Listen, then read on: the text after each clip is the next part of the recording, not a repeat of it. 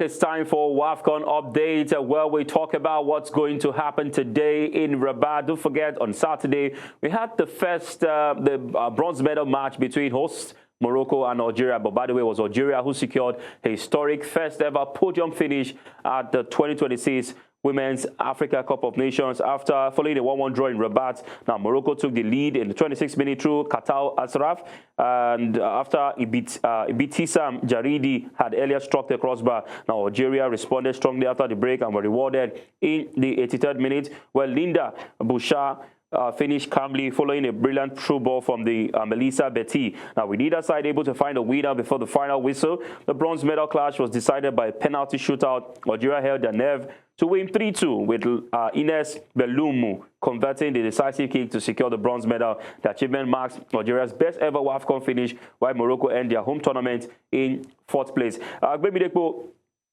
it must be but I don't want to know. I don't know the adjective to qualify this now, but not so good outing for Morocco, the host nation. Yes, they've qualified for the World Cup, but their target was maybe the title. I mean, to reward the passion of their fans, having hosted back-to-back.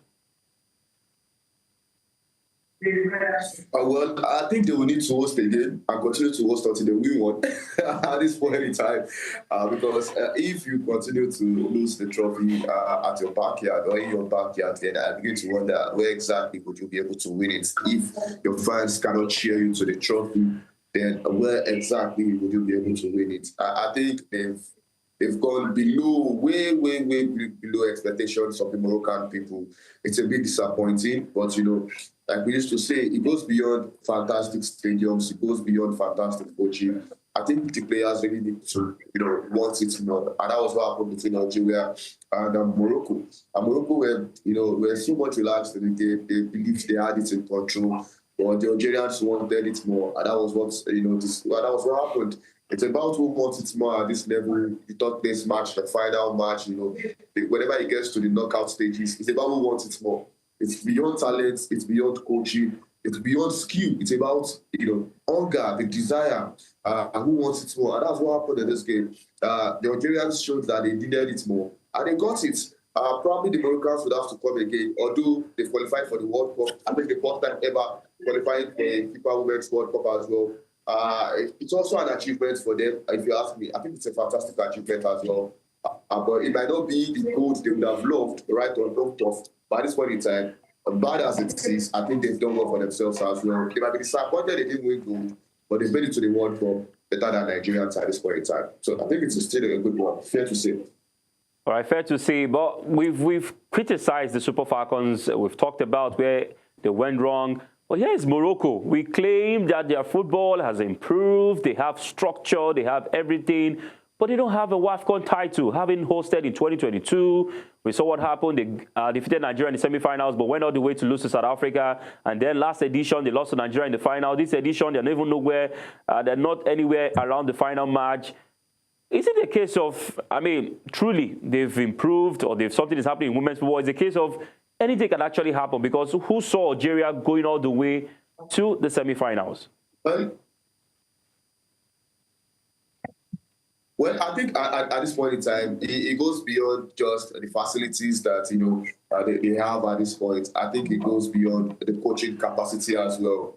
Like I rightly mentioned earlier, there's a difference between coaching, being well coached, and the hunger, the drive, the passion to say we want this, we are going to give everything to get this. I saw that in the last final, the Moroccans played against Nigeria, but still they couldn't get the win. Not to talk about the game now where they played against Algeria. For me, I would say they were not good enough in that game. It wasn't about the tactics or about the coaching abilities. For me, I just felt that the players did not give their all at that point in time. So it goes beyond excellent coaching. It goes beyond excellent facilities. And a lot of people would say that other nations are catching up with Nigeria, catching up with Ghana. The household names. At this point in time, are they also catching up with Morocco, who is also, a newbie on the scene?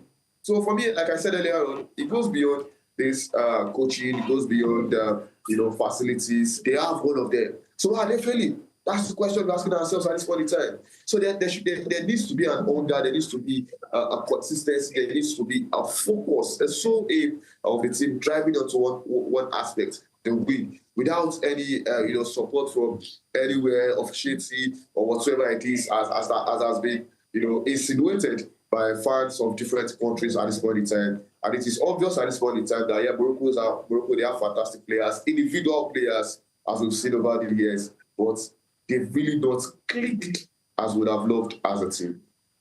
All right, interesting times ahead, but let's switch our attention to today's final.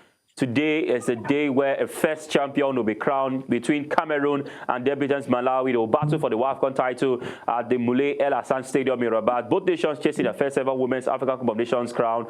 Cameroon reached their fourth final after defeating host Morocco, while Malawi continued their remarkable debut campaign with a 3-1 victory over Algeria. The final will be only the third in WAFCON history where neither finalist has previously won the trophy. Cameroon are appearing in the deciding match for the first time since 2016, while Malawi are the first South African nation to reach the final on their debut. Malawi have been in the tournament's leading attacking force, scoring 12 goals, with sisters Tabitha and Temwa Chanwinga accounting for 9. Temwa leads the scoring chart with 5 goals. Cameroon, meanwhile, have conceded just twice and kept 3 clean sheets, setting up a fascinating battle between Malawi's attack and Cameroon's defense. Let's get to hear from both countries ahead of the final.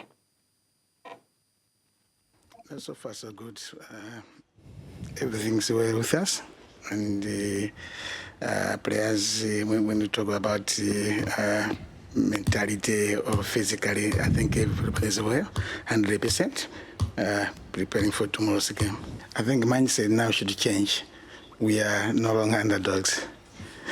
So we are in the finals, and we are ready to meet Cameroon. As much as we respect Cameroon, it's a big team as well, but this is now finals. We are also a big team. Je dirais tout simplement que since the start of the tournament, no match has been easy for us. We considered every match as a final, and we won the semi-final and against hosts Morocco. And after the joy, we didn't end there. We got back to work, and we are working towards. All right, both coaches talking ahead of the final. Gbemidepo, Malawi against Cameroon. Cameroon is more experienced when it comes to WAFCON. They've got into the finals before now. The last time they were in the finals was against Nigeria in 2016 in Cameroon. They were the hosts, but they lost 1-0, courtesy Desire Okpara-Noze goal in the final. Now they come up against the Malawian side, who have shown that they can be the very best to be champions. I think it's good to see, although it's unexpected, see both teams that are not even meant to be in the finals at this point in time. They made it to the final of the WAFCON. It's quite shocking. I can tell you for a fact that no one saw this coming. No one saw this coming. Not even the players of the side, not the coaches. But they've achieved this feat, and I would say congratulations to them. But I think it's going to take a lot, for us to see goals between these two sides. Although Malawi, they've proved that they have a potent forward line with the Chanwiga sisters coming on out to get the goals for them. 9 in 12 goals for the side. It shows that the quality shows forth. With like we mentioned earlier, on Temwa on 5 goals alongside Bababanda, Tabitha on 4 goals as well. It shows that there's goals on the side, but there's a Cameroonian side as well that is very defensive, shown that they can just score 1 goal and lock option. It's going to be an exciting encounter this evening. It's going to be attack against defense. And, Molio will always say something that defense wins titles, attack wins games. And let's see if it will happen today. But definitely, I think I would love to see an upset, get to see Malawi. It will complete the storyline, from underdogs, to champions, from debutants to champions. I don't think I've seen this happen in a very long time.